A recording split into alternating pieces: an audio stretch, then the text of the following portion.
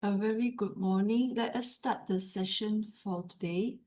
Warm welcome to Abode Masters, Brother Huang, Hualien Dharma team, and brothers and sisters around the globe to Saturday Hualien Dharma talk.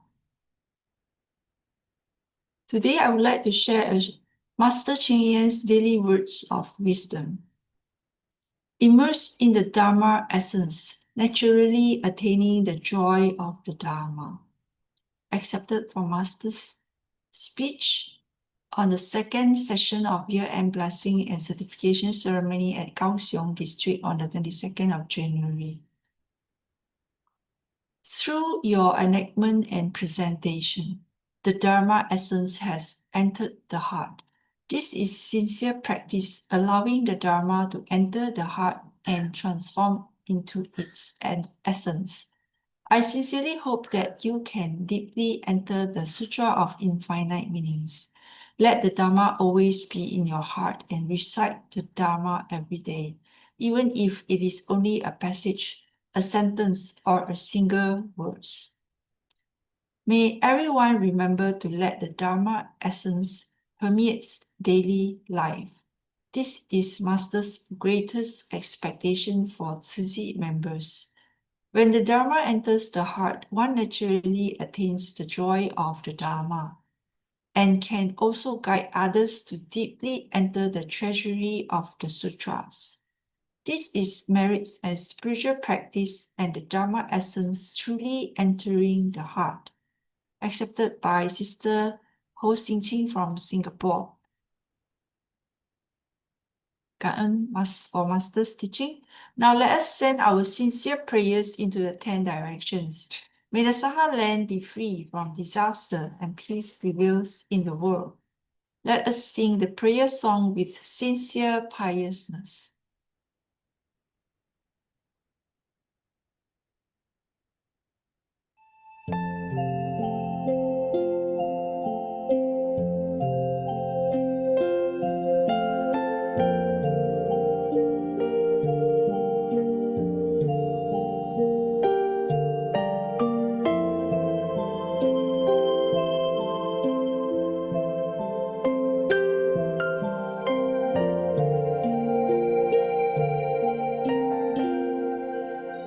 In my heart,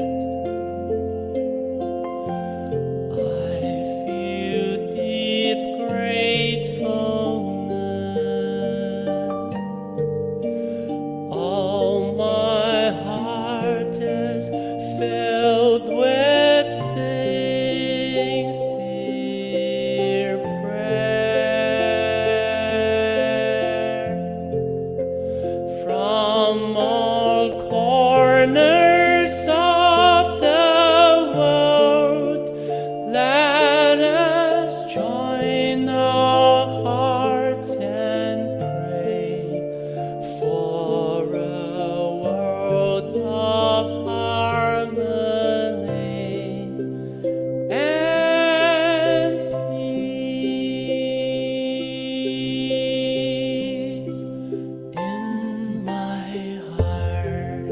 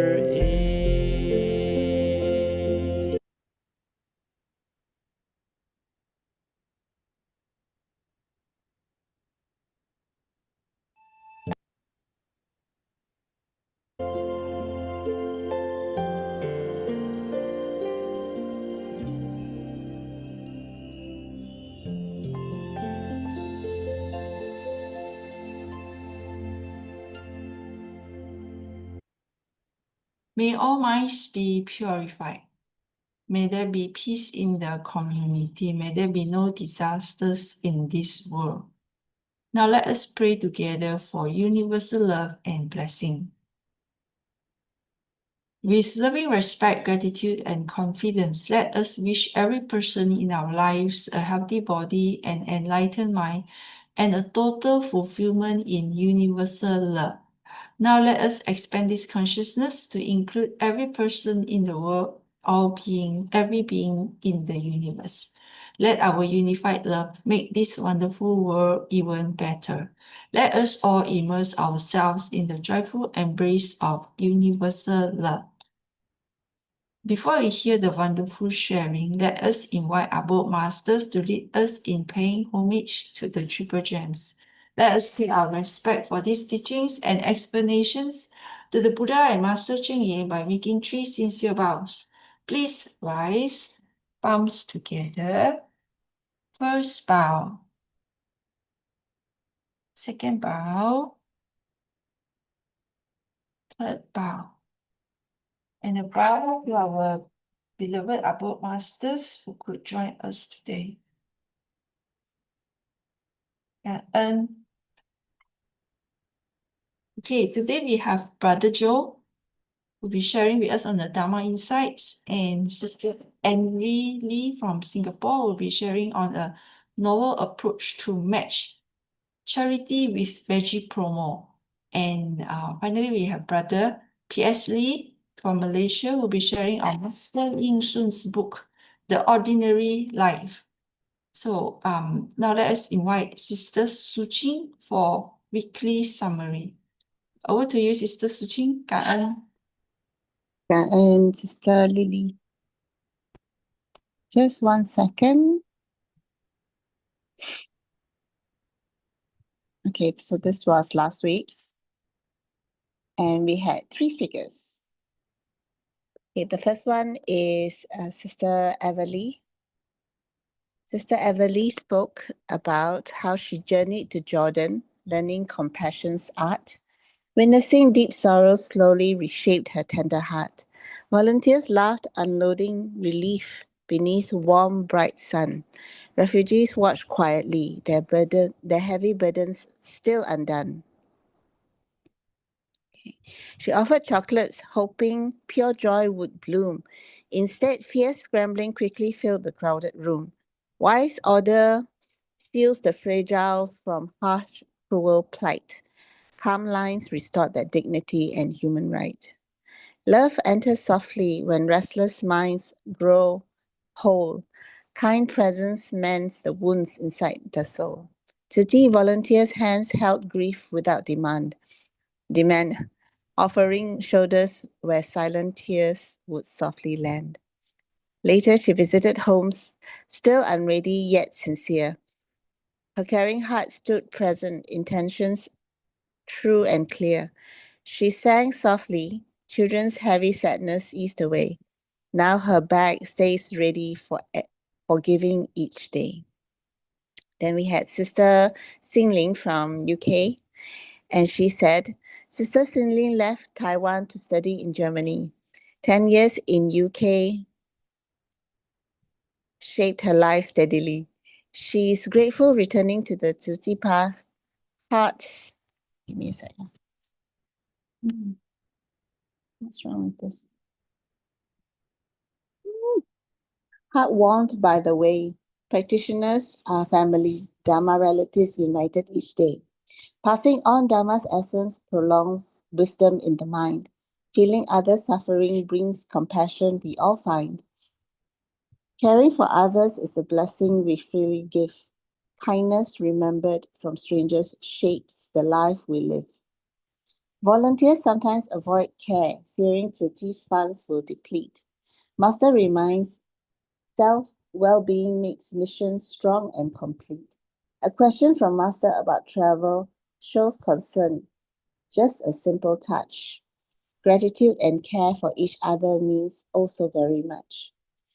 Support and appreciation help our efforts grow deep. Together we carry the Tzu Chi mission, sowing kindness we keep. When hearts are united, the Dharma mission thrives far. Each act of care lights our path like perennial glowing star. Okay, finally, we have Sister Boon Hui, who traveled to India.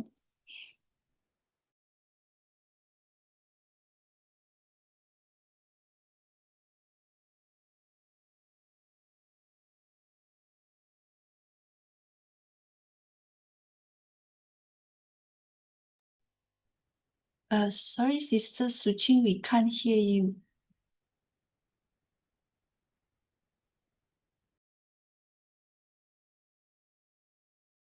Sister Suching, you're muted, Sister Suching.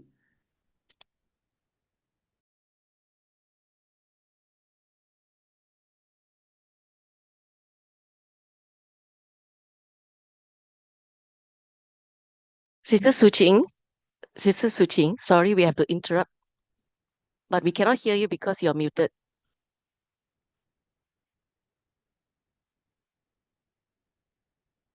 I think Sister Suching cannot hear us either. But never mind, let us all read together then.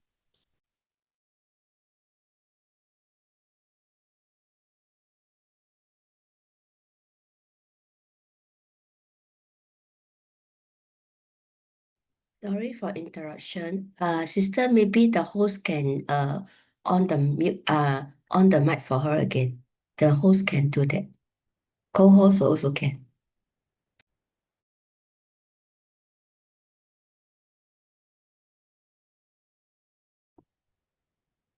Oh my gosh.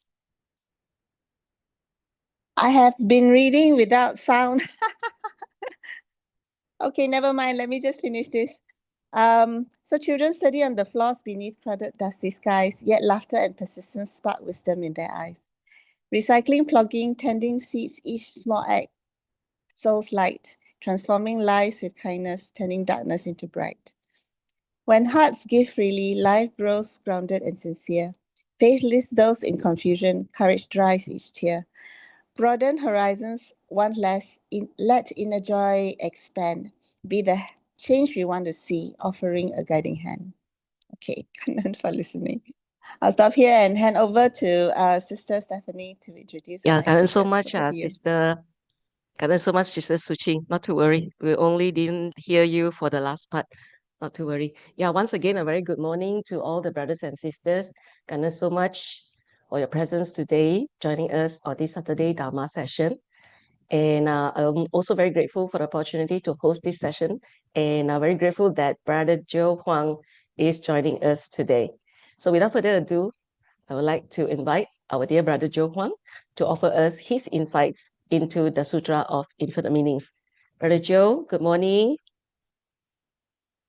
Good morning. Good morning, Stephanie. Welcome Good morning, again. everybody. So Okay, good to see you. finally. It's been a long time, and it's always good to be back. And as you can probably see that at the abode is actually very different.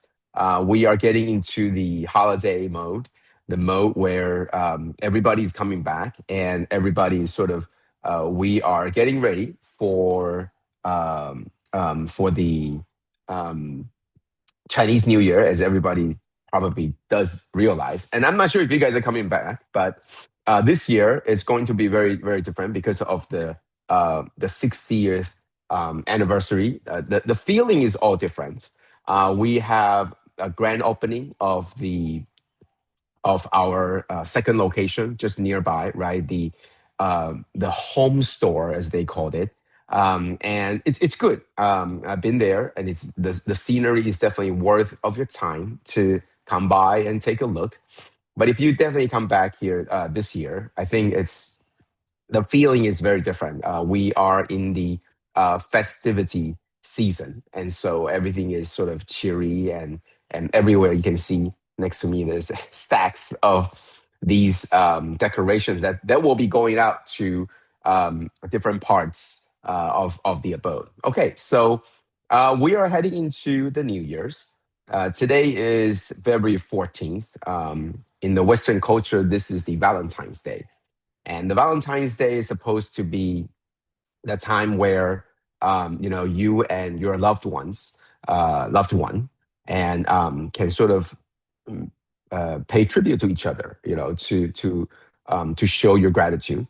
But as we know, here in Taiwan, we are inching closer and closer to the Chinese New Year. And actually, today is the first day of our, I think, 10 days or 9 days vacation, the winter vacation for Taiwan. So it's starting Saturday and then continuing to Sunday. And then it's going to go through the whole week, Monday to Friday, and then the next weekend. So it's total of 9 days. And these are the time where there's going to be a lot of celebration. There's going to be a lot of online also chatting, online blessings from Master as well. So everybody, stay tuned. It's going to be a lot of fun. It's going to be a lot of good times.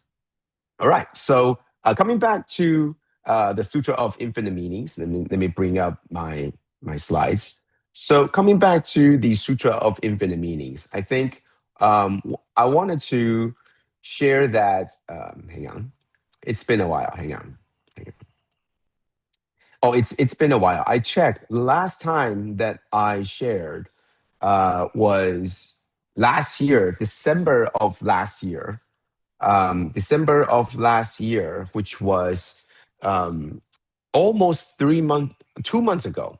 Okay, 2 months ago. And it's been a long time. Thanks to Sister Su Ching to remind me that today is Saturday again. Otherwise, I'll be off to a different meeting soon. But thanks to remind me that we're continuing on, and that's always very, very important. And so here I am, and we are continuing our Sutra of Infinite Meanings sharing, and definitely looking forward to wishing everybody a wonderful, wonderful Chinese New Year. And if you are all coming back, which you should, for the next year, okay, this 2026 definitely is the year to be remembered. Okay, so into the Sutra of Infinite Meanings. Previously, we've been talking about these different chapters, and I think we've gone through them many times already, but I like to do a little bit of review on them. For Sutra of Infinite Meanings, I've always believed that this is about change. I believe that that the Sutra of Infinite Meanings is at a very crucial juncture in time, such that we need to begin to prepare ourselves for a changing future, changing people. So we need to sort of begin to change. Now, what is that change? I believe that the Buddha gave us this goal, this objective, that we need to transform ourselves from students, the mindset of students, from the actions of students, from the actions of learning, just learning and practicing, into the actions of sharing, of spreading, of learning at the same time, also sharing and leading others to learn as well. So I think this is the juncture. This is the very important time of the time of change. And I think Sutra of Infinite Meanings is the key. It starts this process where it's telling the students how important it is to not just thinking about yourself, but also prepares the students to know that, well, if it's not just learning, what should you be doing? What should you be thinking about? What should you be teaching? And the way that you teach is not just teaching what you have learned. You have to become the student of life, and you become the teachers of Dharma. And that means you are learning what you are learning in life, and you're teaching Dharma, so that you're fusing life with Dharma. This is what the Buddha teaching us, was that we have to go into the life. Dharma and life should not be separated, and they should be fused together. And it should not be just your life. It should be everybody else's too. It should be everybody else's. So all these chapter 1 is really preparing for what's to come in this next, right? So virtues is basically telling us that all this mission, we are to be changed. We are to be thinking about something different. The goal is different, right? The goal is clear that we are to become the mindset of a teacher, that we are no longer just students. And now we're heading into preaching, right? How do we get there? What do we do? So I sort of like to do this step by step, right? You break down each part of the verse, and then you try to understand what the Buddha was trying to tell us, right? So this is the time. This is the time that the Buddha began talking. So I wanted to stress this, is that the entire chapter 1, Buddha did not speak any words. It was just merely the description of all the people around. But that gives us the importance, the understanding that all these important people are around. And this has been 42 years already that the Buddha has been spreading the Dharma. So we know that the Buddha had taught for 40 some years. And a lot of these students, a lot of these disciples are already our role models. These are the Bodhisattva Mahasattvas. These are the very greatly accomplished. They're still students. They're still students of the Buddha, but they're already carrying out the missions of teaching, the missions of fusing, merging life and Dharma. Now, these are the students that are already sort of the top of the class.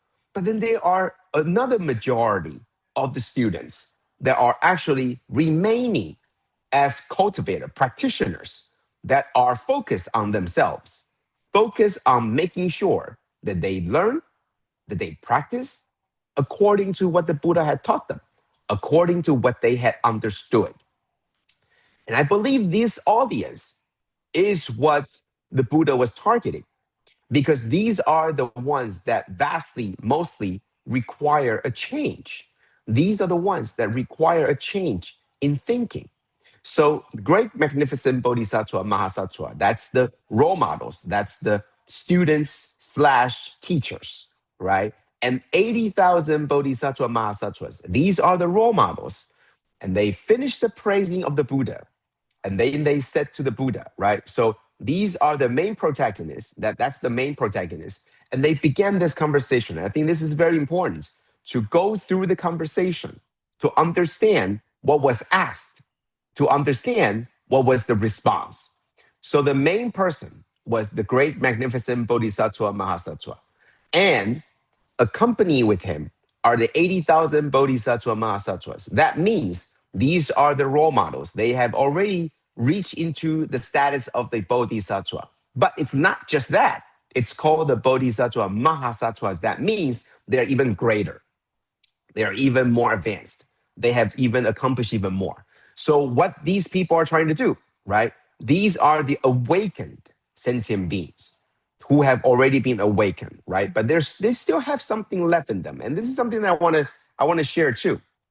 This is something that I sort of understood or discovered. And I'm not sure if you guys knew this already, but what is that little something that they still have? So if you understand that Master talks about love, right? Master talks about great love. And there's a change, right, from us. I think we all love something that's coming from ourselves. I love my family. I love my friends. I love the people that I know. It's hard for me to love people that I don't know. It's even harder for me to love the people that I know, but I don't like. And when you expand that to greatness, which is great love. Okay, great love. Great love is you love everybody equally. You love the people that you don't know. You love the people that you don't like. And you also love the ones that you like and the ones that are close and related to you. So that's all the same. So that's great love, right? So you go from something that is with self to something that is great, a greater self. Okay, a greater self. Now, what's more than greater self? What's more than the greater love? And I think the next step, and there is a next step, I believe, is selfless. There is no self. what is the difference between great love and selfless love? What is the difference? The difference is only being, I believe, that in great love, there is still self. There is still a thinking that, yes, I love all equally, but I still see you as something that are closer to me. For example, we all love all the sentient beings in this world. That's what we're supposed to do, right? We are promoting vegetarian diet. We are, masters teaching us to be environmentally conscious, teaching us that all lives are equal, teaching us that all sentient beings have the capacity to become the Buddha. Therefore, we respect all. Therefore, we love all. But still, there is still a fundamental difference between an ant and yourself. That self is still there. The self awareness, you are still aware of yourself as an individual, as a human being, as a practitioner, as somebody who has great love. Okay. And once you move beyond that to completely selfless, that's when I believe that you are complete. You are completely awakened to the status of enlightenment. This is what I believe. The bodhisattvas still have that distinction. Not a bad one. It's important, right? Great love. You need to know who you are. You need to remember who you are, right? You are filial to your parents. You are showing love to all the people around you, and that is all fine. I mean, we're not even there yet, but we're thinking, I believe that something that is greater than great love is selfless. And some people might say that great love by itself is already selfless. So there is these very, very minor distinctions that I think that usually when they're talking about different levels, they are very, very clear and they are very, very specific in making sure that that distinction is made. Otherwise, this is always what I like to say, right? For us to make the judgment of the difference between Bodhisattva, Mahasattva, and the enlightened Buddha. It's like me looking at 100 store, the very, very, the tallest building in Taiwan compared to the next tallest building in Taiwan. You looking up from ground zero, you're not going to be able to tell the difference between the two tallest buildings in the world. Because to you, it's all so high up and there's no difference because you can't tell the difference. You could only tell from the technical values. Oh, this is how many thousand, how many meters above the ground. And then the other one is how many meters above the ground. Well, guess what? To you on the ground level, it all looks the same because you couldn't tell the very difference. This is what we're doing here. We are comparing two very tall buildings that are high above, maybe into the cloud already. And then you're telling them, that's taller by how much? And that's taller by how much? Guess what? We're just thinking out of our imagination because we're not there. Okay. So this is something that I can only imagine the difference. But at least we're trying to get there, trying to understand.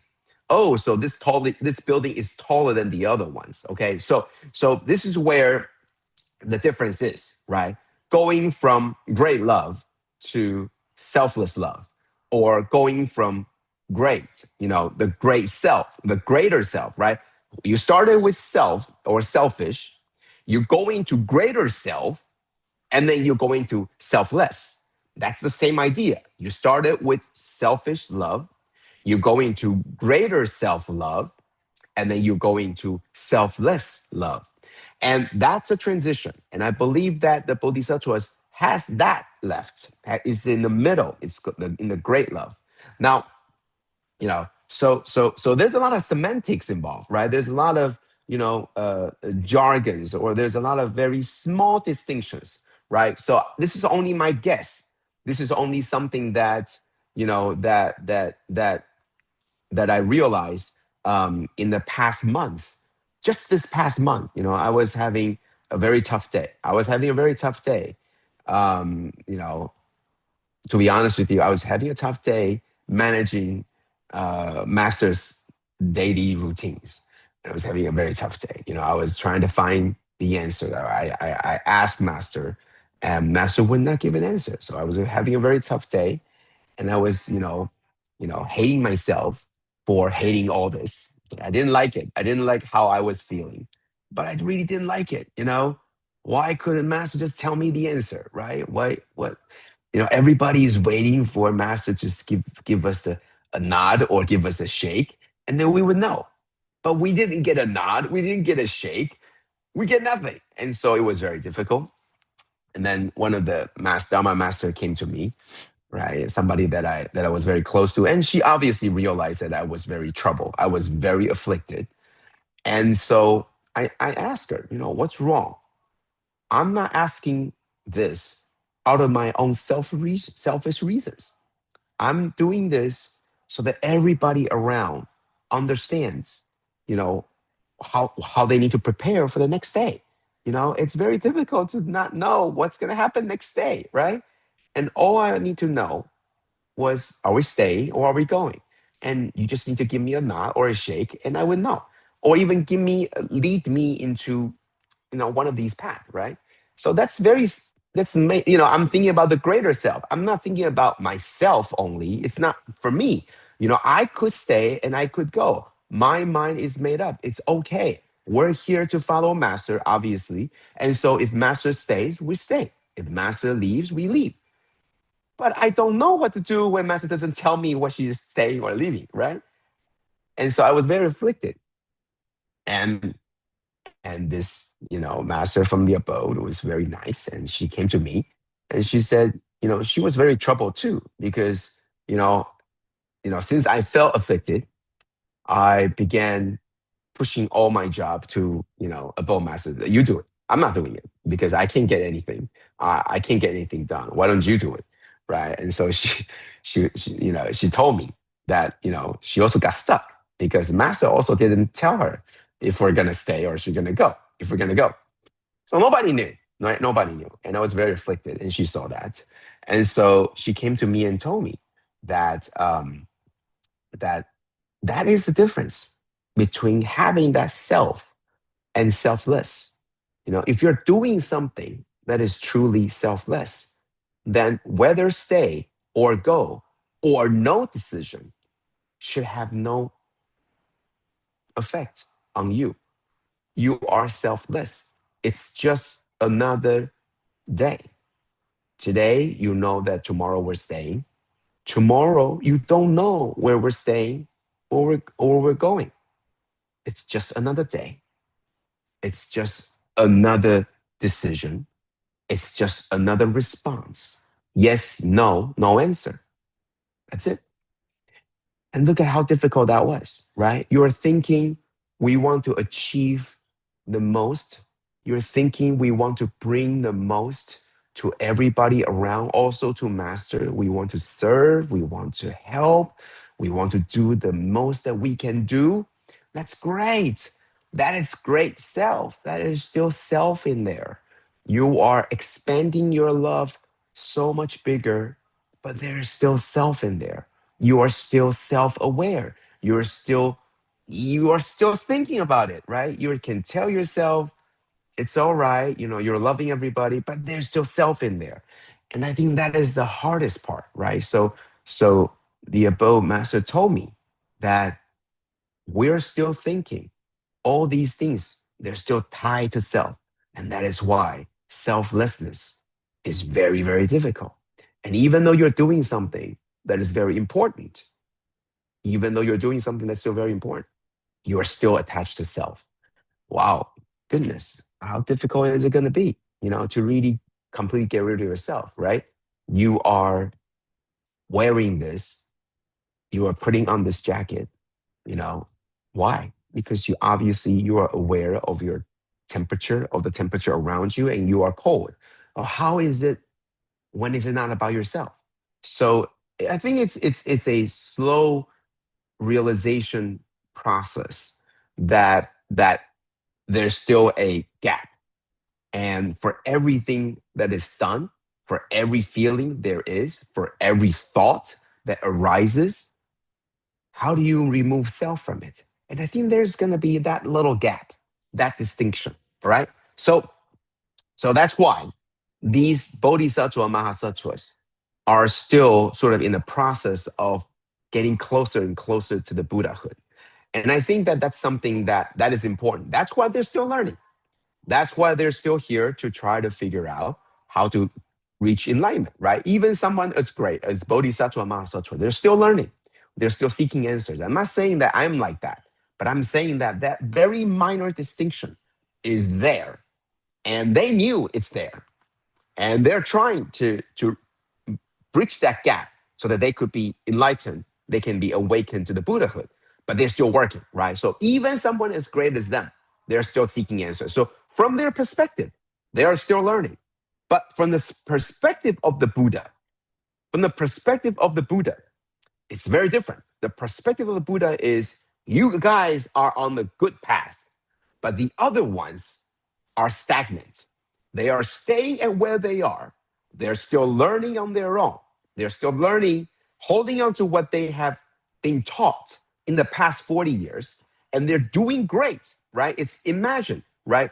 People in second grade, like us, right? People in second grade, or first grade, you are doing great in math.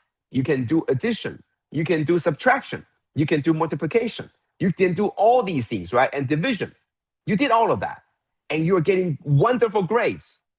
But you're not getting perfect yet. You're getting 98, 99, and you're not getting 100% score. So you're staying in this class just so that you can make that final 100. And that's what Buddha sees these audience. Buddha saw these students, they're trying to make that perfection to 100, thinking that if they reach 100, they get to be like the teacher.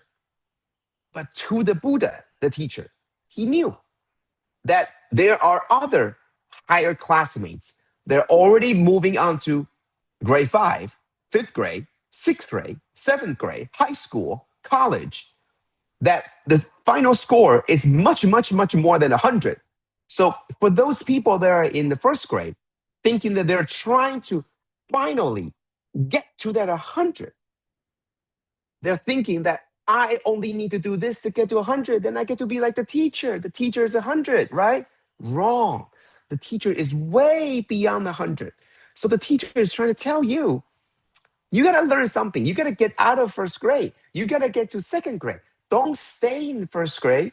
You're not going to learn more. You're just going to be perfecting your addition, subtraction, multiplication, division.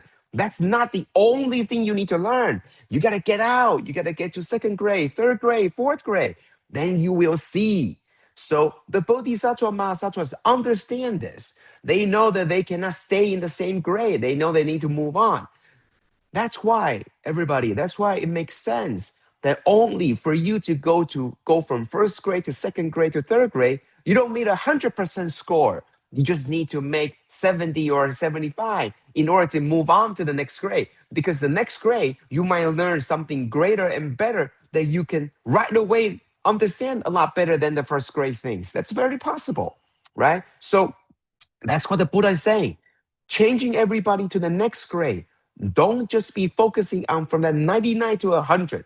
Because when you move on to the next grade, it's a brand new field of learning, brand new field of horizon, something that is very different. Maybe you get to learn more. Maybe you get to do more. And that's what this chapter is really about. That's what this Sutra of Infinite Meaning is really about. It's telling people to raise that horizon altogether, not just thinking about going from 99 to 100 on your score on the multiplication and division. No, you got to learn more. You got to learn decimal. You got to learn fraction. You got to learn irrational numbers. You're going to learn, all these things, imaginary numbers, all these mathematics beyond just the multiplication and subtraction and division and addition.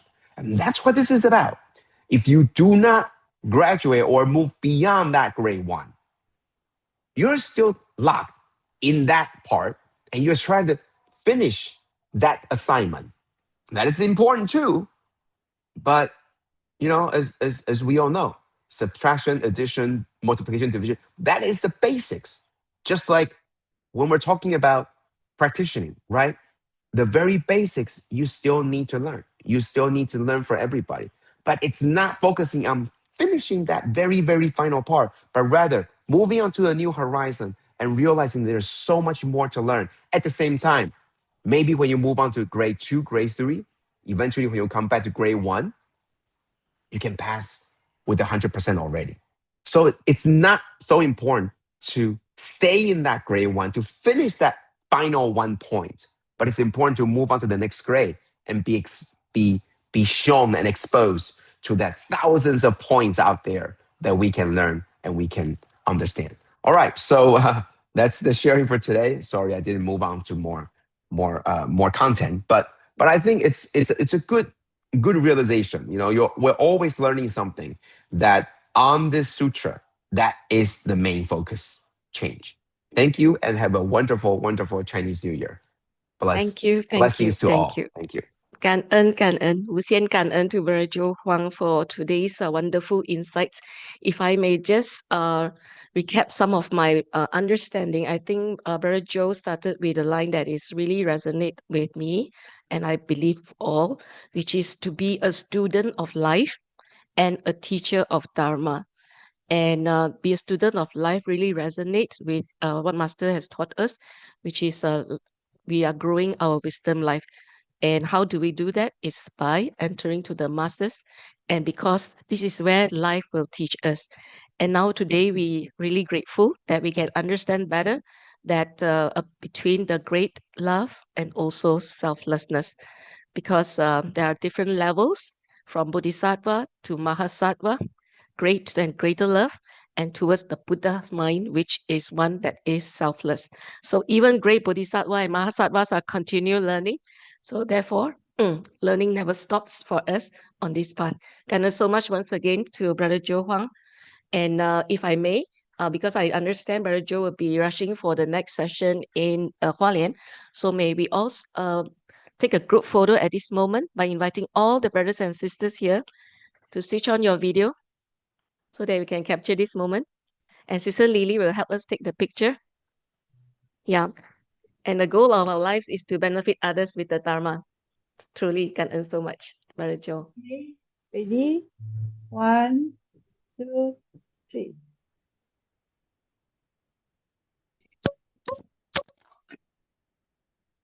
Okay. Thank you so much, Sister Lily. Can earn Brother Joe. Happy New Year. Happy Chinese New Year from all of us, to the abode masters and to everyone at the Hualien.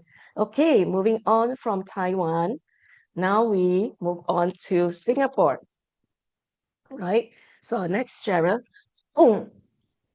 is from Singapore. Sister Anri is already on the line. Yeah, so maybe I just do a little introduction. Sister Anri Lee, upon her commissioning, she actually deeply realized that promoting vegetarianism is not just a choice, but rather a responsibility. And she marries this well as a member of the charity committee.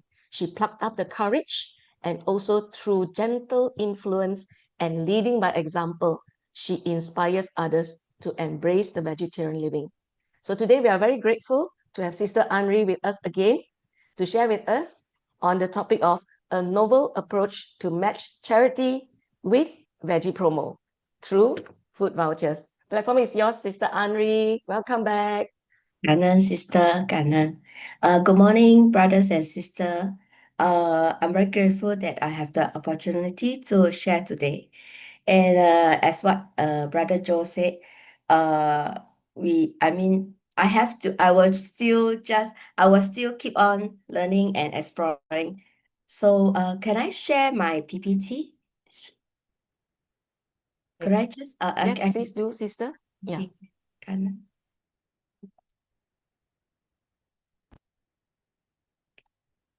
Okay. So I just introduce myself. In 2022, when I took up the role of commissioner, I understand more deeply that I'm promoting vegetarianism is not merely a personal choice, it's also a responsibility. So as I'm in the East 43 Sealit leader and charity 干事, I constantly remind myself, if we do not dare to speak about vegetarianism, how can we inspire others to plant seeds of kindness? Promoting vegetarianism is it's not about forcing change. It is about gently influencing others through our own actions.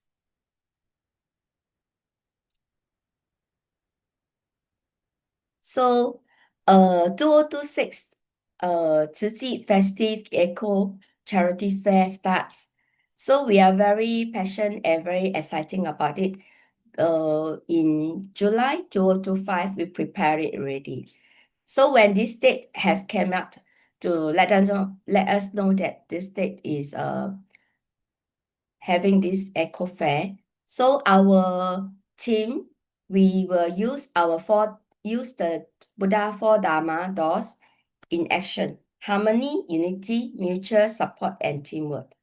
So all the 4 zones will be reaching out to restaurants and cafes from July 2025 to invite collaborations and sponsorship of food vouchers in partnership with Chiji Foundation.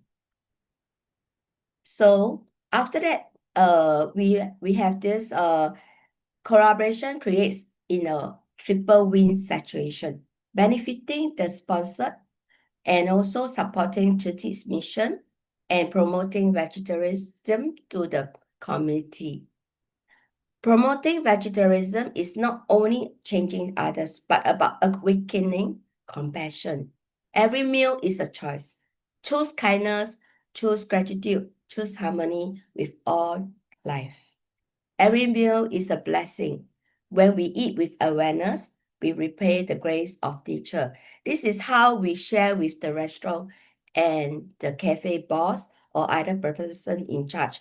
Since 2 years ago, we use this kind of ethics to promote and to collaborate with the restaurant and cafe boss and share with them all this. So let them know that they can support with their restaurant and cafe and collaborate with us. So this is the form, a very simple and clear acknowledgement letter templates to prevent conflicts. Before we really go into it, we let them sign this form. So this is something that just who they are that sign this form, the boss or the person in charge, and their address, and all the terms and conditions of the food voucher.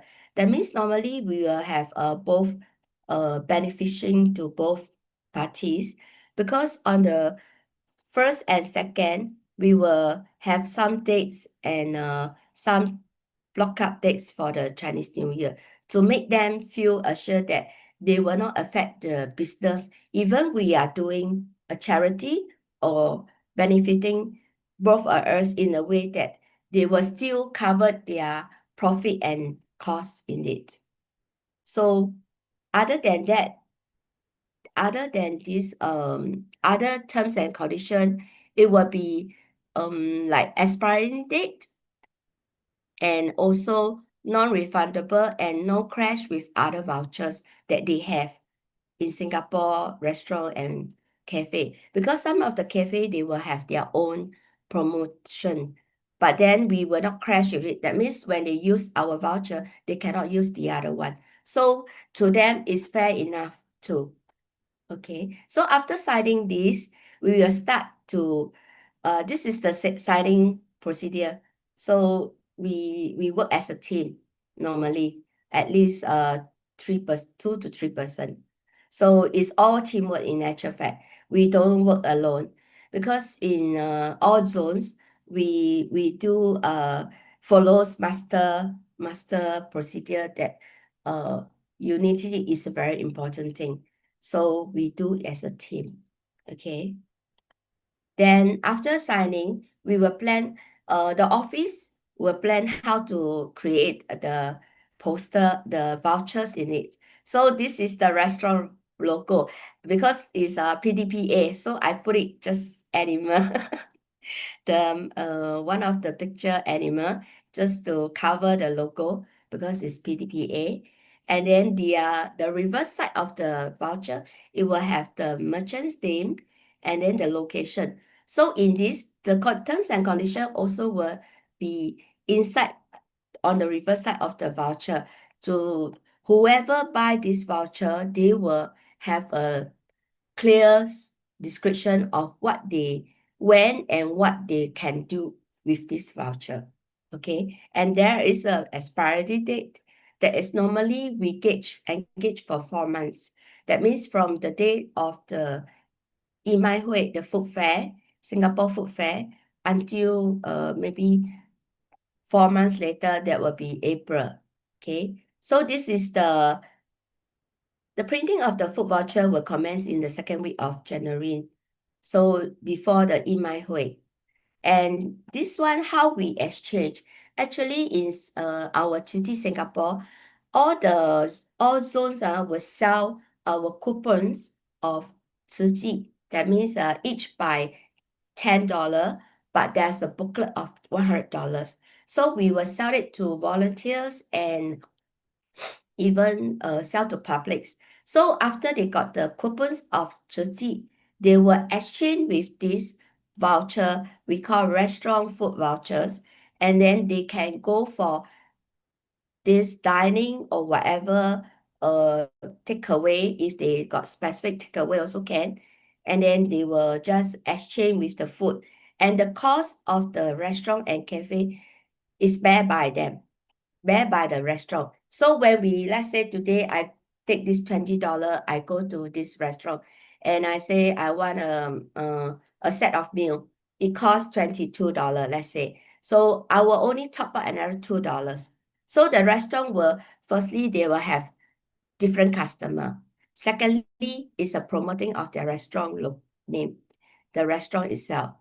Then thirdly, also when they are doing charity at the same time, different public people go there, they will have a taste of their restaurant food.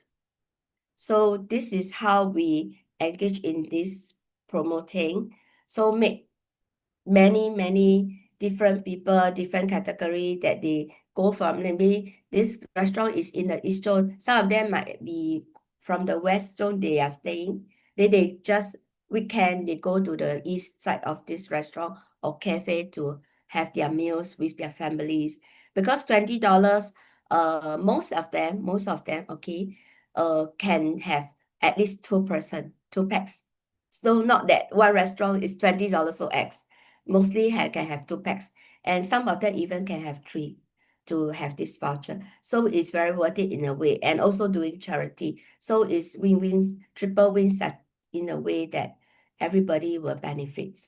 Okay, so another one. So after this, everything has been finalized, we will have this certificate of appreciation for the restaurant and the cafe to appreciate them. And also there's a 感恩会 of like a dinner, like a high tea or dinner that will be in our 金食堂 or youth center, that they will invite all the person that really, take part in this activity, and then they were being appreciated, and on the stage also they will give them this certificate.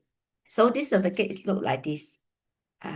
So this is 2 years, actually these few years we have been doing this, and we try to, I think the office have been using their really creativeness to make more better vouchers and certificate to look nicer and presentable in a way. Okay.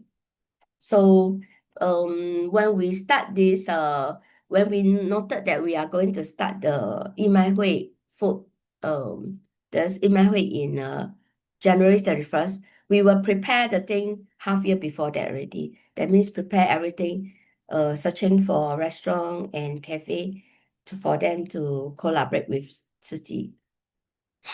So far we have ended our Yimai the food charity fair. And a total of 38 restaurants and cafe across Singapore have participated, and we have raised 71,000 as at 4th of February 2026. That means on the 31st and February 1st, we have already ended our food fair. And that's the final that we have raised 71,000 only for the food voucher. Other than that is selling like dry goods and some foods over on the site. That one is others. But we raised 1 million plus total of everything. So only the food vouchers itself is 71,000. That means all the whoever public and volunteers have bought this 71,000 of vouchers, and they will spend these four months, and they will go for with their friends or family, whoever, to they can within these 4 months go there for these meals. So in actual fact, I would like to commend to all volunteers for their effort, especially Brother Ziwei and Sister Cindy, who guide me throughout this project, because this year is my third time, although it's my third time doing this, but then I'm the person who window truncle of this for this year. So I keep on learning as what Master every time teach. We as a commissioner, I try my best to explore and learn whatever I can, and really truly appreciate it. So my final this aphorism is that actually a compassionate heart is a clear and cool place. 慈悲心却是清凉地. So I really very happy that I come to Tzu Chi. It's really a kind of affinity that I feel very grateful that I'm here. So I keep on learning. I learn a lot of things. And now I'm promoting vegetarian. I try my best in Singapore. Even in the April, we are having a vegan fair. So with Dr. Ho and some of the promoting vegetarianism team, we are trying to get another vegan fair in Singapore. So we are exploring. So that's my sharing. Thank you. So any And so much, Sister Anri, for sharing this. I think this is a very valuable experience that you mentioned. You keep on learning and to find ways to promote vegetarianism. And I can really see that Tzu Chi Singapore really is very dynamic and very creative in promoting vegetarianism. And the team is doing so well. And I think we also saw the Chinese New Year song that came out that promotes vegetarianism as well. Actually, I have a question because I think we still have some time. May I know who are the people that you target to purchase of this vegetarian restaurant or cafe voucher? Most of the purchasers, are they like already vegetarian, or they are just people who come to our charity fair? We target a few types. One type is, of course, our Tzu Chi volunteer. Okay. The other, secondly, is the public. So we will sell the coupons to public first.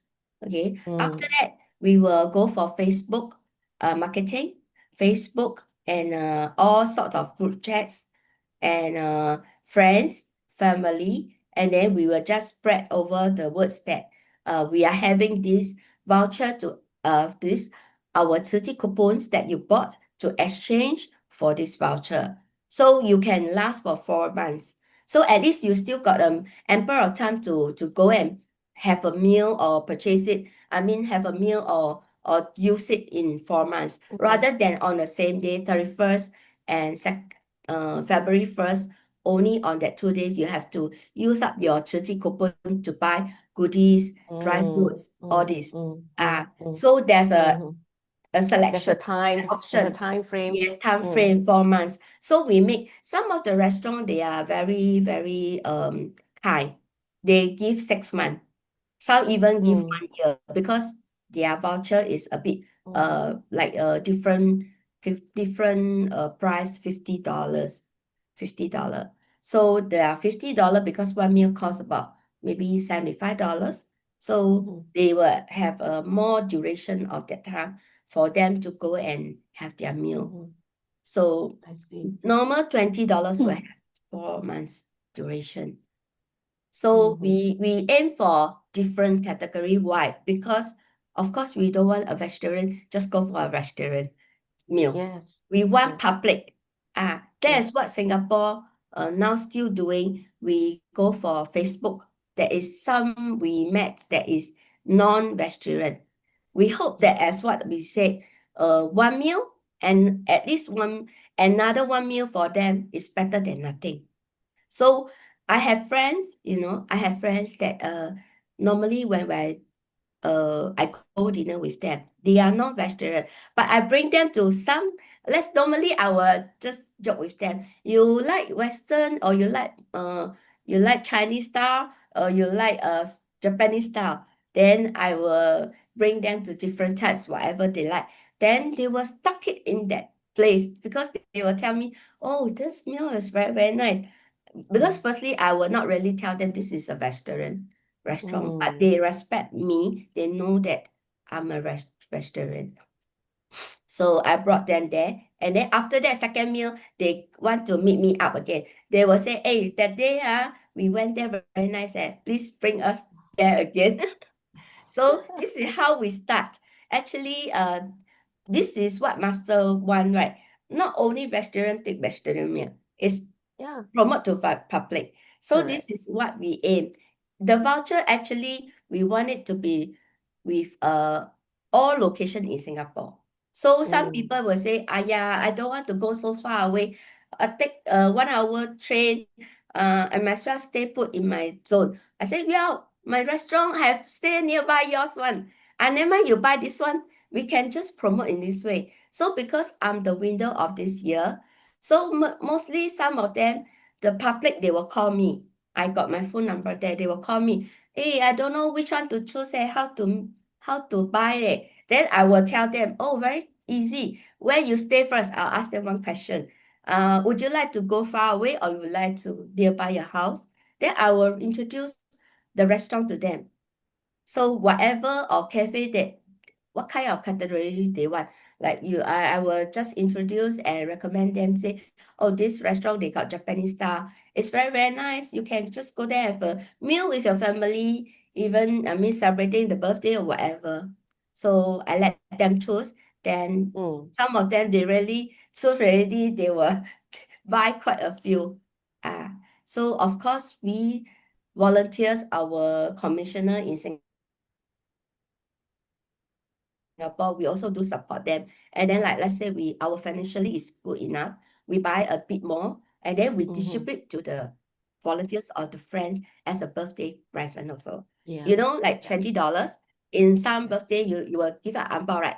So you also can put it in a ang bao packet and then give as a birthday gift Birthday within present. these 2 months, maybe. So you can Wonderful. explore the creativeness of how you tag with it in a way that not so dull, not so traditional. Yeah, definitely.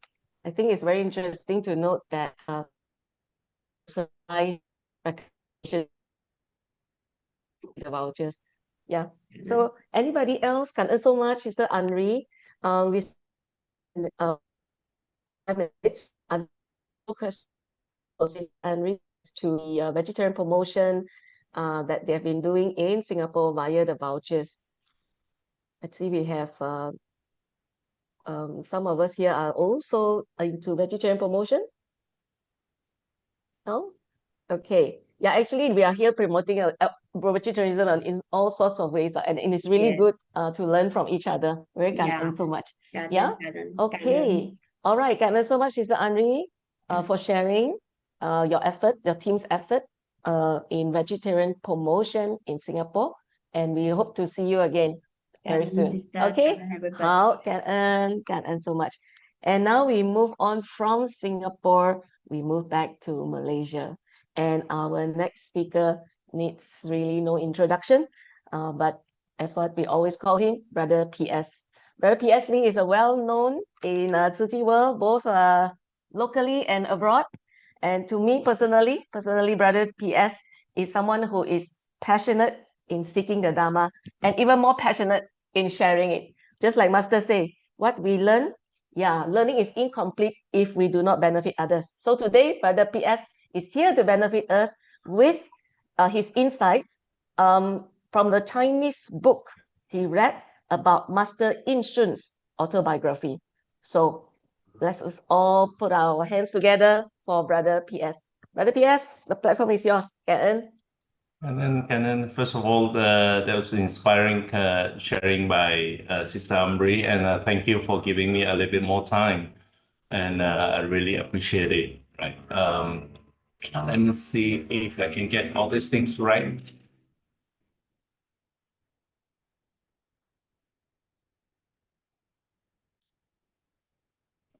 I'm trying to be a little bit more adventurous, trying to use a double screen, but it doesn't seem to work that way. Can I just have a quick check if let's say you see No, the we're screen? not seeing your PPT. Oh yeah, now we are seeing the PPT. You're seeing the Double PPT? screen, yes. Okay, great. Cool. Let me just move this Brother thing. PS, it's Yeah. not in slide mode, is it?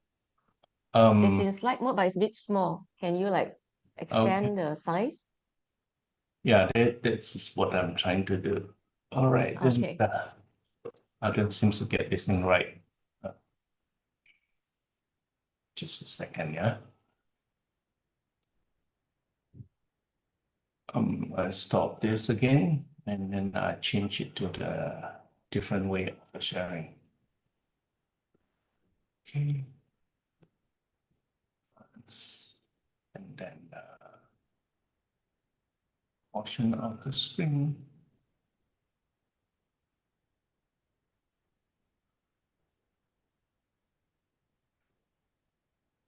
All right.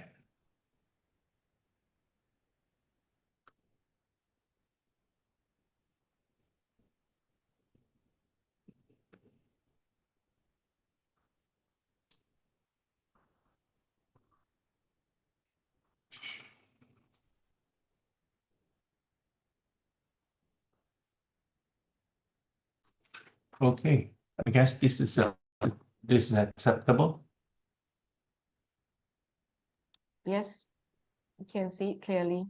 The slide. Okay, first of all, thank you everyone, brothers and sisters in Dharma. And then first of all, I'm pretty passionate about sharing this particular book, and then in fact, I was just telling Sister Suchin that this is one of the book that I've read and over and over, and then but I couldn't find it in English version, and I thought that would be pretty good if they say we can share across to those that doesn't read Mandarin. And with my limited capacity in English, so I have a difficulty to have it translated exactly to the flavor of those who doesn't read Mandarin. So do excuse me if this is some of the pronunciation because I'm using the AI to facilitate in this particular manner. So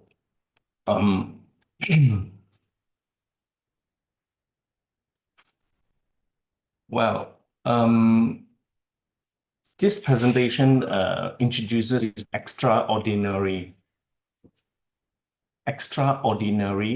ordinariness of Venerable Yin Sun's life. He was born in a turbulent era. He chose not fame, miracles, or mystic, but clarity, fidelity to the Dharma, and service to people. His teaching emphasized that the Buddha's message was meant for humans, grounded in the daily life and shaped by interdependent conditions. He rejected to romanticize religious narratives, and instead he laid out a realistic, structured, and accessible path towards liberation. Today, we revisit his journey, not to deify him, but to learn how to live more deeply, more wisely, and more compassionately. Let us follow his fallen leaf of water, moved by conditions, carrying immense wisdom, yet resting lightly in the world.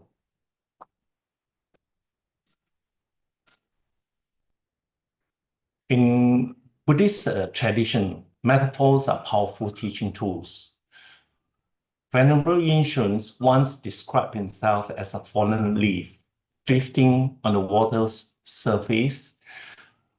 This isn't poetic drama, but a deeply rooted teaching. The leaf moves not by its own design, but by the winds and currents around it. This is a profound image of dependent origination in called Yanqi. He wasn't passive, he was responsive. His choices arose from clarity, not control. This is a humility in this metaphor, but also profound freedom. No need to force or fix the world, just float responsively, compassionately, and wisely. In seeing himself this way, Venerable Shun invites us to stop resisting the flow of life and begin truly engaging with moment as it unfolds. Cause and conditions in the Yanqi are not abstract philosophy. They are architecture of lived experience. For Venerable Shun, his principles shape everything. He didn't set out to become a great teacher. He didn't map a career. Instead, he responded again and again to the moment, the need, the suffering. This is not passively, it matures spiritual responsiveness. He accepted what life gave. He engaged it with full responsibility, no escapism, no craving for control. He moved with clarity and ethical courage through complexity. By living this way, Venerable Shun molded a path of non-grasping agency, neither controlling nor abdicating, but flowing with wisdom. This is the essence of a Buddhist practice in a world of interdependence.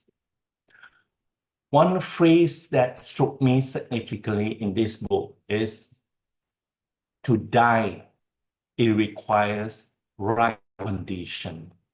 And that has proven over and over that we have seen in Zhiji that there's so many people that is, please take me away. But if the condition is not right, that you will be still holding on to the last breath. Understanding Venerable Shun's life begins with his time and place. He was born in 1906. Just as China was fracturing from empire to modernity. The Qing dynasties had fallen, war, famine, and reform swept across the country. Life was precarious. And unlike many Buddhist teachers of his generation, he was not born into a religious or family. He was ordinary. His family was poor, their lives unstable. There was no prestige, no tradition to uphold. For everybody's interest, he was a 7-month born baby. He went to school at 6, completed his primary school at 10, and later became primary school teacher for 8 years. He shaped his outlook. He knew Buddhism could remain cloistered or romanticized. It had to meet the realities of ordinary suffering. From the very beginning, his life was a dialogue with impermanence and human struggle, a grounding that would define his approach to Dharma. So from this sense, you can see that he was actually very weak and that he's always forsake, and especially during his younger days. Before becoming a Buddhist monk, Venerable Shun was a seeker in every sense. He pursued answer to life's biggest question across wide terrain. Studying traditional Chinese medicine, that's what the father wants him to do because he was weak, he was always forsake. He also went into Taoist mysticism, Christian scripture, and both Western and Chinese philosophy. At the age of 16, he read the Bible seriously. He engaged in Lao Tzu and Zhuangzi. He didn't dismiss this tradition, but searched them for his existential insight. His openness made his later turn to Buddhism more informed and deliberated. At the age of 20, he started to explore Buddhism. But in all these systems, he found none fully addressed the suffering he saw or the ethical clarity he needed. His early years of inquiry planted the seeds of his commitment to Buddhism, a path both rational and compassionate, both grounded and transcendent. Ordination is often seen as a spiritual calling. For Venerable Shun, it was a deeply humane response to grief, uncertainty, and the limits of a worthy understanding. When both of his parents passed away, he faced a stacked emotion and philosophical reckoning. This moment didn't just bring sorrow. It aligned with his years of study and search. The question was no longer that what to study, but how to live. Buddhism, with its clarity about suffering and its tools for awakening, offered an answer. At the age of 23, his parents both passed away, and affinity became right that at the age of 25, he became a monk. It is very interesting to learn that our master also make herself a nun officially at the age of 5 also. All this not because of the lineage, not because of a prestige, but because his heart demanded a life of a meaning grounded in compassion and insight. This was not a retreat. It was a vow to face life more honestly. In many religious narratives, ordination is wrapped in legend, visions, voices, divine intervention. But Venerable Shun rejected that. He was a choice rooted in reality, not myth. At the age of 25, he didn't hear a call from heaven. He looked at the suffering in himself and the world that chose the monastic path as a way to respond with purpose. It was magical, it was deeply humane, profoundly reflective, and ethically grounded. By refusing to romanticize ordination, he helped to redefine it for a modern practitioner. It's not about escape, it's not about mystical superiority, it is about responsibility. His clarity invites us all to demystify the spiritual path and walk it more honestly. Mount Fuding wasn't a retreat. It was a crucible. In here, Venerable Shun immersed himself in the Buddhist canon with unmatched dedication. He didn't cherry-pick texts that match his temperament. He read everything from obscure sutras to difficult philosophy philosophical treatises. He wanted to know the full scope of what the Buddha and his tradition has to say. This wasn't just about knowledge. It was about shaping the mind and refining insight. His study was systematic and sincere. It forged in him a clarity that would later define in his writing and lectures. Many Buddhist scholars read broadly, but very few read deeply. Fewer still read completely. Venerable Yinshun's training at Mount Fording made him unique. A monk rooted in scripture, unafraid of a complexity, and committed to making the Dharma comprehensible for all.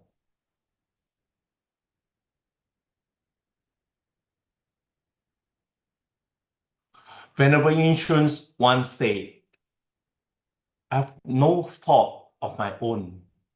What I speak is from the sutras and sastras." This wasn't false humility. It was a principled stance. He believed the Dharma needed to be transmitted faithfully, not remixed according to modern whim or personal charisma. In an age when many spiritual teachers brand their own philosophies, Venerable Yinshun chose anonymity with tradition. His authority didn't come from originality, but from fidelity that gave his teaching a rare integrity.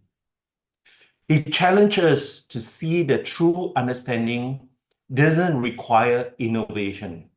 It requires deep reading, careful discernment, and humility.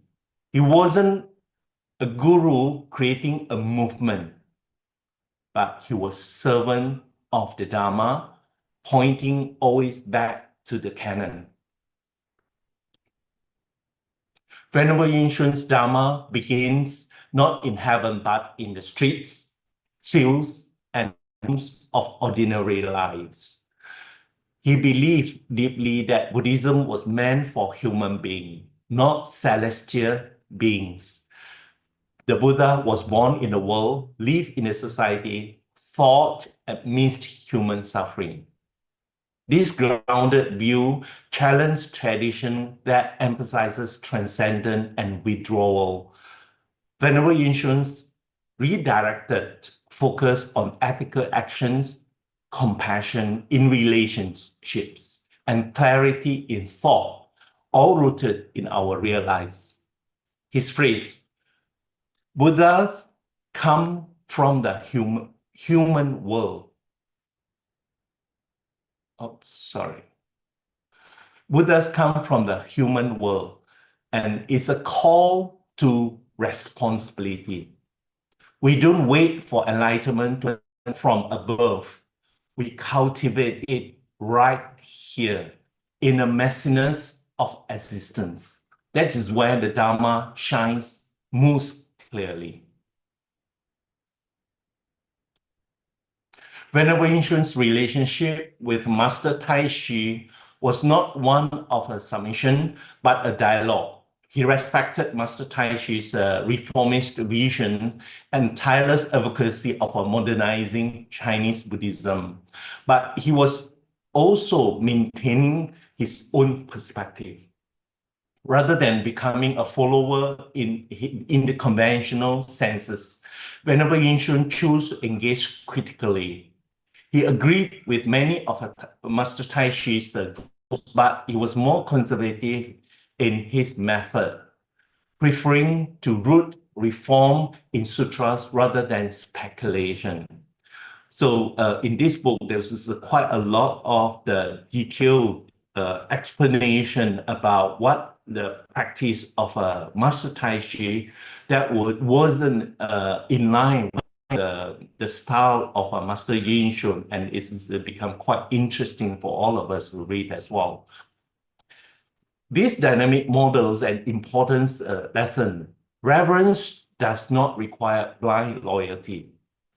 True Dharma transmission values inquiry, integrity, and mutual respect.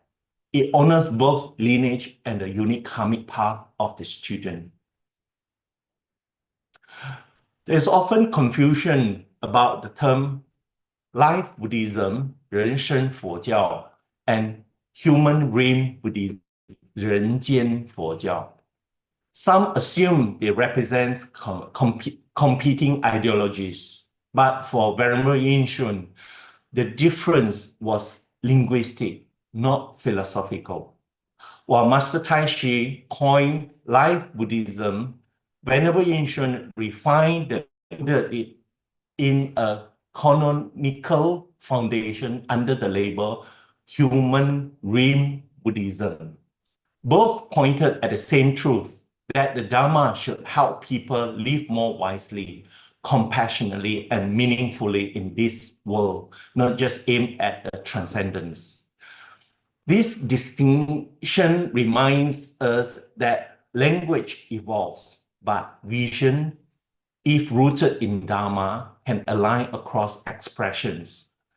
These were not two paths, but one path expressed through different voices, both grounded in the needs of modern sentient beings. The phrase dependent origination and emptiness, which in Mandarin, which is 缘起性空, is the philosophical heart of a Venerable Yin Shun's teaching. Drawing on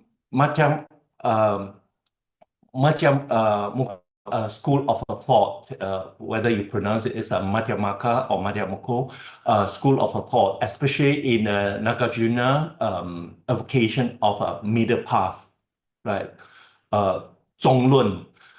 He showed how all these things arise through conditions and are thus empty of fixed essence. But emptiness doesn't mean nothingness. It means freedom.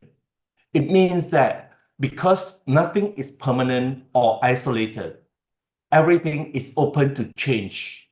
And in that space of a change, compassion becomes not just possible, but necessary.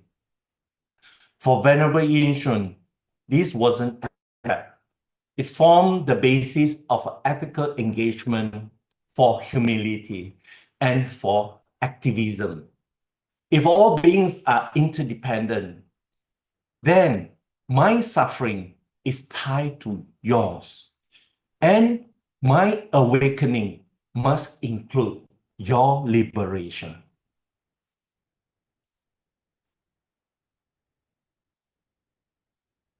Fu Hui Shuang Xiu, merit and wisdom. The dual cultivation of merit and wisdom is central in Mahayana Buddhism. And in Venerable Yin Shun's teaching, he argued that wisdom alone can become cold and compassion alone may be naive.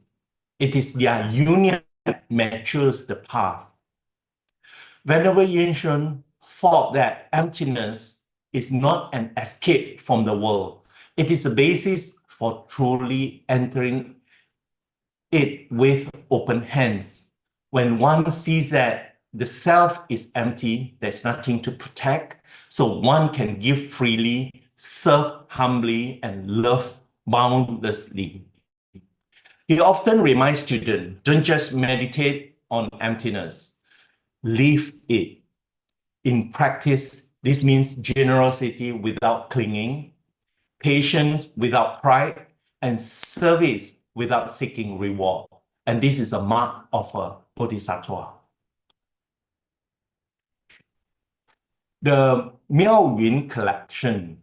So the next time, if you come to Ching, you want to look out for this Miaoyin collection. This is a whole series of, in every Shushan that you found, this is the collection, but unfortunately, they're all in Mandarin. It's not a systematic treatise. It is a trace of a teaching life. Venerable Yin Shun didn't set out to author a masterwork. Over decades, his lectures, articles, and essays gradually form a body of a work. What makes the collection remarkable is the coherence without rigidity. Themes recur: emptiness, responsibility, ethical living, and human-centered Dharma. But these aren't dogmas. They are invitation to reflect and practice. This organic development mirrors his path. Just as he lived by following cause and conditions, his teachings too unfold naturally. The Miaoyin collection remains as one of the most influential Mahayana resources in the modern era, rooted in scholarship, yet accessible to sincere seekers. The next one, Fo Fai Lun, or Introduction to Buddhism. This is the title of the book, which is one part of the Miaoyin Ji. Was the Venerable Yin Shun's way of making the Dharma available to modern readers without diluting its essence. It wasn't just another religious text. It was a map bridging ancient wisdom with contemporary understanding. He sought to demystify Buddhism, to bring people back to the original voice of the Buddha, grounded in Pali and Agama sources. He challenged sectarian narratives and invited readers to engage the Dharma freshly, rationally, and with commitment. And for your information, this is one of the earlier texts that I came to know because I was from UTM, and the professor that is make it compulsory for, if you call yourself a Buddhist, you must study Buddhism. And that was one of the earliest texts that was given to the student to understand what Buddhism is all about. And this book was since become a cornerstone of a Buddhist education used by monks, teachers, and lay followers alike. Its clarity, accessibility, and the fidelity and then make it timeless resources for anyone beginning in Buddhism path. It is important to mention here that for this book, Venerable Yin Shun received absolutely difficult challenges in his life, especially the criticism from Buddhist community.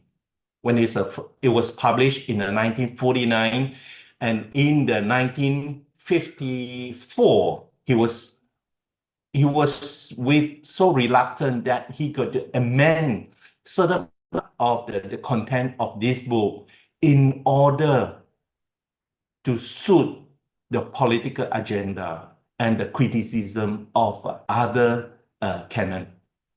It is certainly important for all of us to find out some details how he faced the challenges, choose to retract, to pacify the controversial, and he deeply didn't feel good over this. As he said, he was not standing firm on the right ground of Buddhism, and he was pretty regretful over this. My personal view is to say, I view this as an act of a great wise scholar for the best interest of Buddhism. In Buddhist history, there's often tension between Theravadas and Mahayana traditions.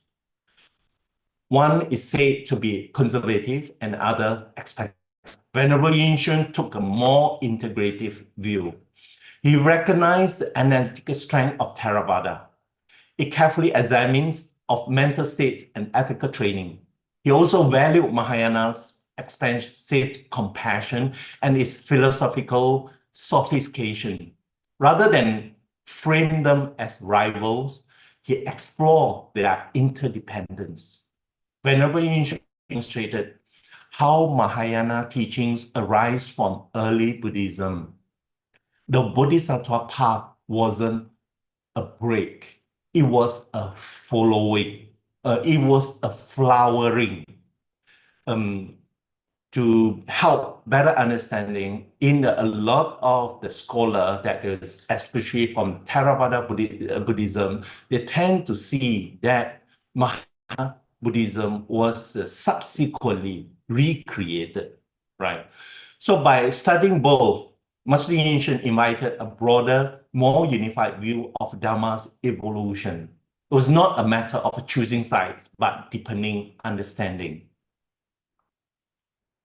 Venerable Yinshun's Path to Buddhahood. This is another very important book that 成佛之道. That was written, I think, in 1990s. Isn't a mystic shortcut or sudden leap. It is a long road awakened in clear steps. He worked to remove the fog around enlightenment, showing it as a process, not a miracle. Rooted in the early texts, his model emphasizes moral conduct, deep meditation, and philosophical understanding.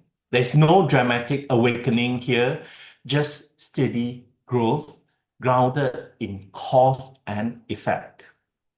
This was one of his great contributions to make the path feel real and reachable. Not everyone can become a charismatic teacher, but everyone practice. This is what he offered, a map for all, not just a few. Venerable Yinshun's greatness lies in his ordinariness. He didn't chase fame, he didn't perform miracles, he didn't claim visions. Instead, he walked the Buddhist path with rigorously study, steady teaching, and ethical clarity. For the ordinary life was the most extraordinary practice. No tricks, no theatrics, just Dharma. In a world drawn to Dharma, his spectacular, Venerable Yinshun showed that what transforms is not charisma, but consistency. This is why his life resonates so deeply with practitioners today. We don't need to wait for special signs. We need to begin where we are, step by step, with patience. That is the way to Buddhahood. Veneration's journey wasn't without turbulence. At one point, due to political and sectarian pressures, some of his writings were banned, inclusive of the Fofa Kailun I mentioned just now. Others in his position might have launched a defense or rarely supporters, but he chose silence. We see a lot of similarity. Subsequently, when Master Cheng Yen met with also the challenge, she used the same method. This wasn't defeat, it was a discipline. He believed that Dharma didn't need spectacular or self-defense. He withdrew, his word continued to circulate. His teachings endured because they were rooted in truth, not personality. His quiet strength marked him a true practitioner. He modeled how to face resistance with dignity and how to let go of position without abandoning purpose.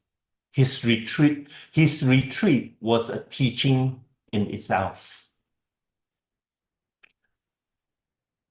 I will have 5 more slides to share with you.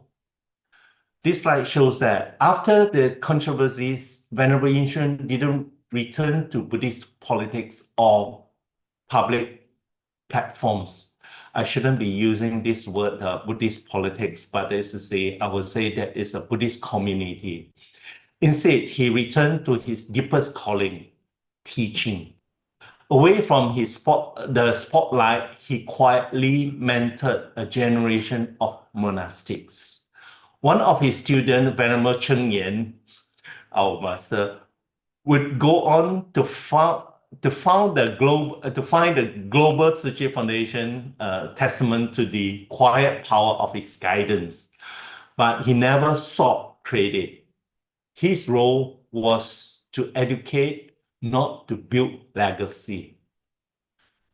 This phase of his life shows the essence of his path: simple, consistent, and deeply rooted in compassion.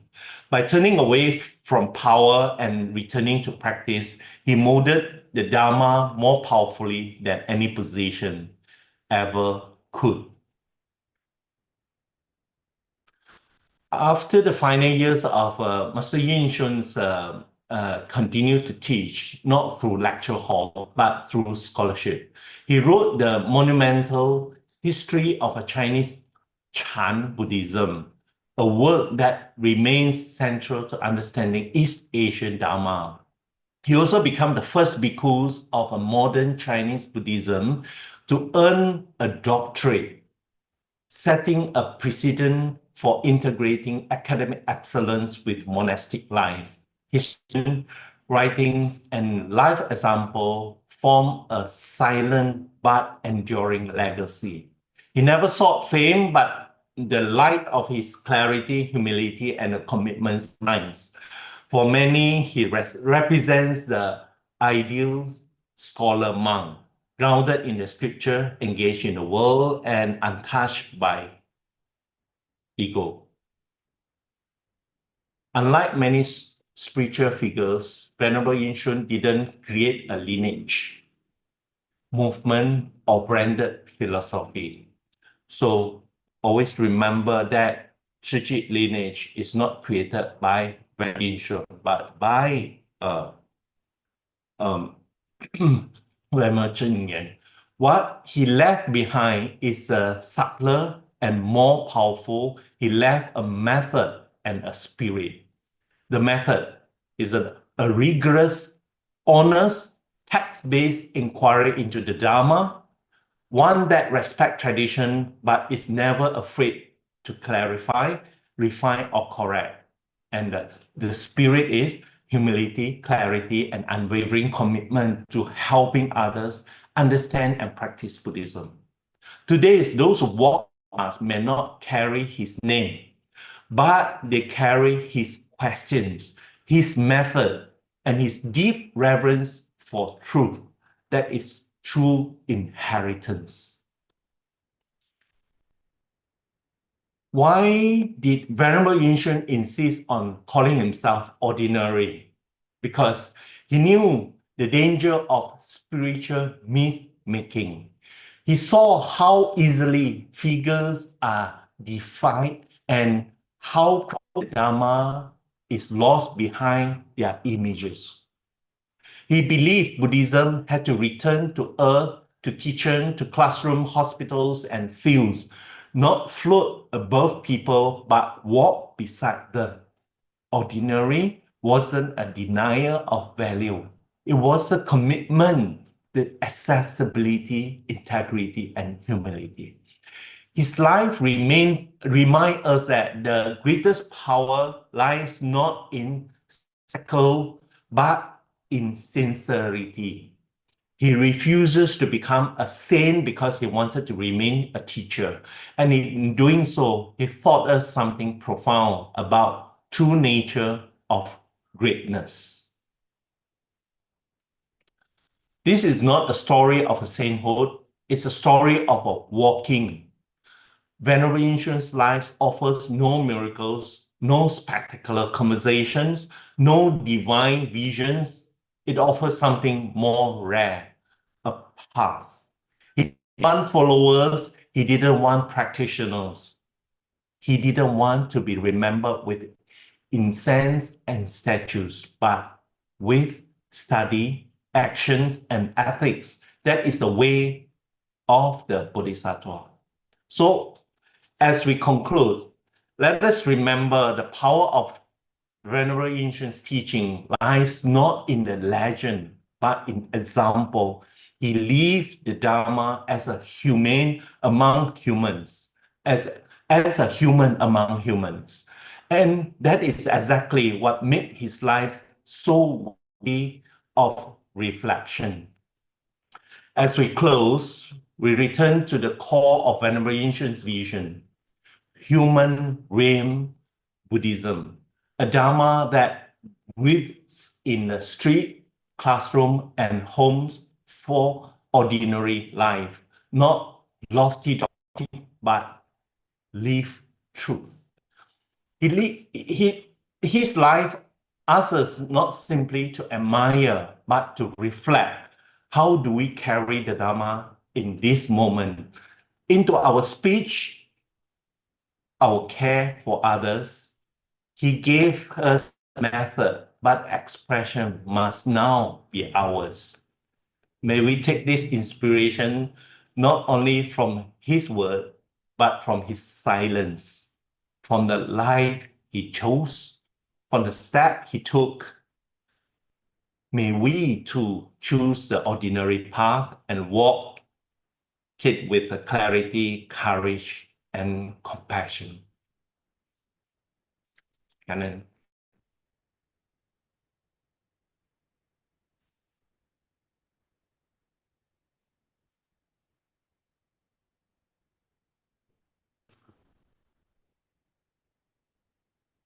And so much, Brother PS, for sharing this. I really have, I don't know how to describe, but just feel very, very grateful that behind the Tzu Chi, that we are guided actually by the legacy of our great guiding teacher, Master In Shun. And I think it resonates with today's session by Brother Joe Huang, when Brother Joe Huang talks about great love and the difference between great love and selflessness. Brother Joe mentioned true selflessness allows life to flow.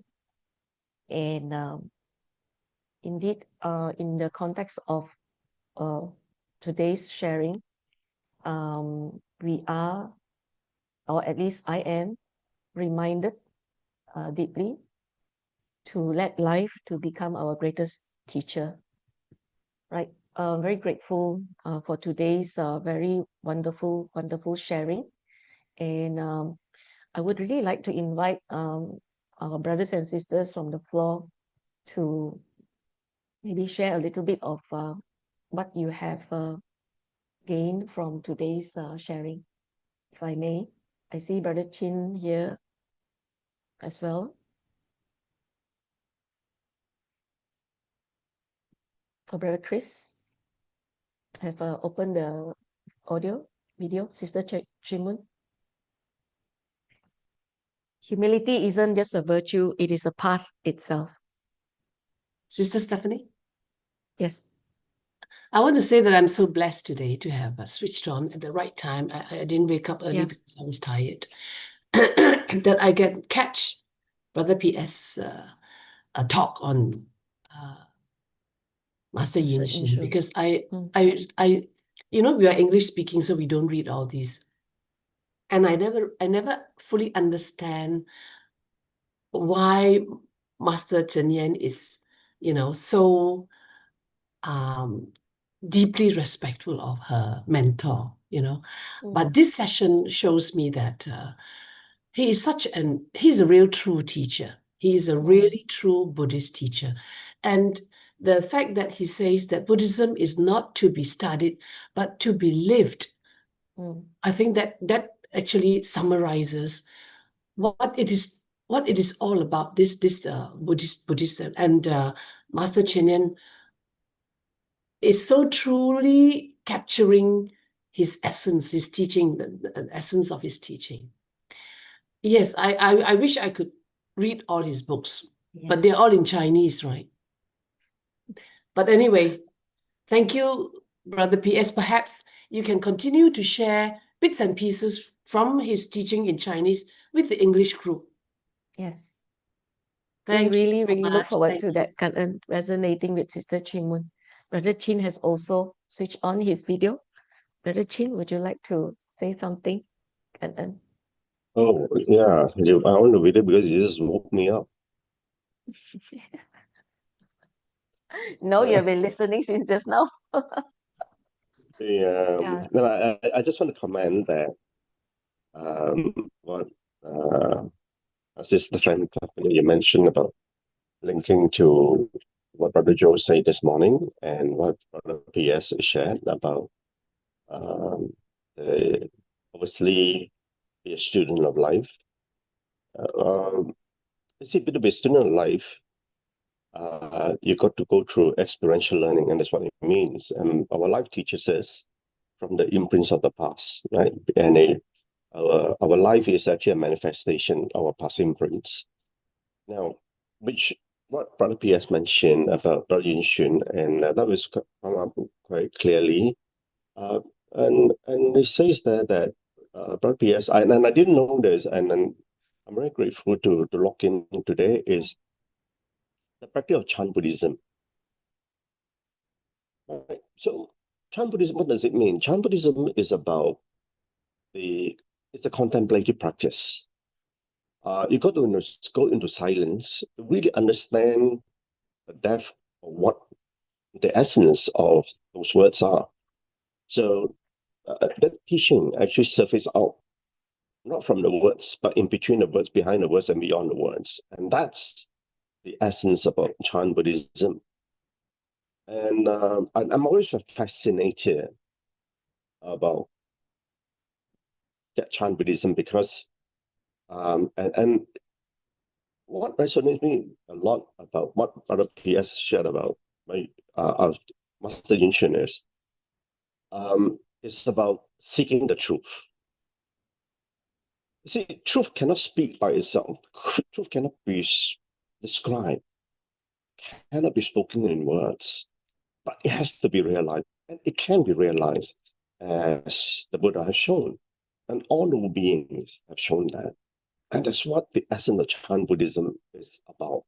Is what can you learn from that silence? The words points you to the way. The meanings are in that destination of the way. So I'm glad to really from very grateful to Brother PS sharing because he has brought out the root of Suchi teachings. And that brings me to the next point that why Master use the word still thoughts, 静思. And I now understand that is rooted in what Master has learned from Master Yin Shun. Still thoughts, it's contemplative thoughts that really the essence of what Master has been teaching us, and Master Chen Yan has always quite often mentioned in all her teaching in the Lotus Sutra, you got to contemplate. And so I'm very grateful for the PS. Very well spoken, very well explained, clear. And so you summarize everything so well and it saved me a lot of reading.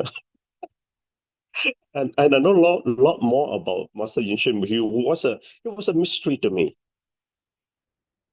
I didn't understand the veneration of Master Yin Shun, but I now appreciate that. Thank you so much. Really, truly, truly, so much, Brother PS, for bringing this so important lesson to all of us today, truly. And we hope that you can share with us your text just now, your Sure. text just now, your explanation. I'll certainly do Yeah. that. And then Yeah, just please do. in response to Brother Chin's comment just now, that is to say, personally, I'm also very encouraged by the to know that is to say the reason there's a group of scholar that is trying to trace back the thought of Master Cheng Yen, which is the closer to which lineage and then which school of thought. And apparently they have come out with a lot of academic papers that we are actually the descendant of the Chan Buddhism, Yes. right? Because with the nature that we're from the Miao Fa Lian Hua Jing.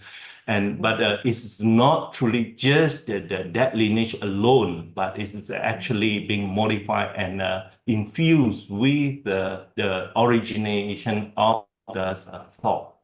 So that was very encouraged that we're following such a great teacher, and then that's for your interest.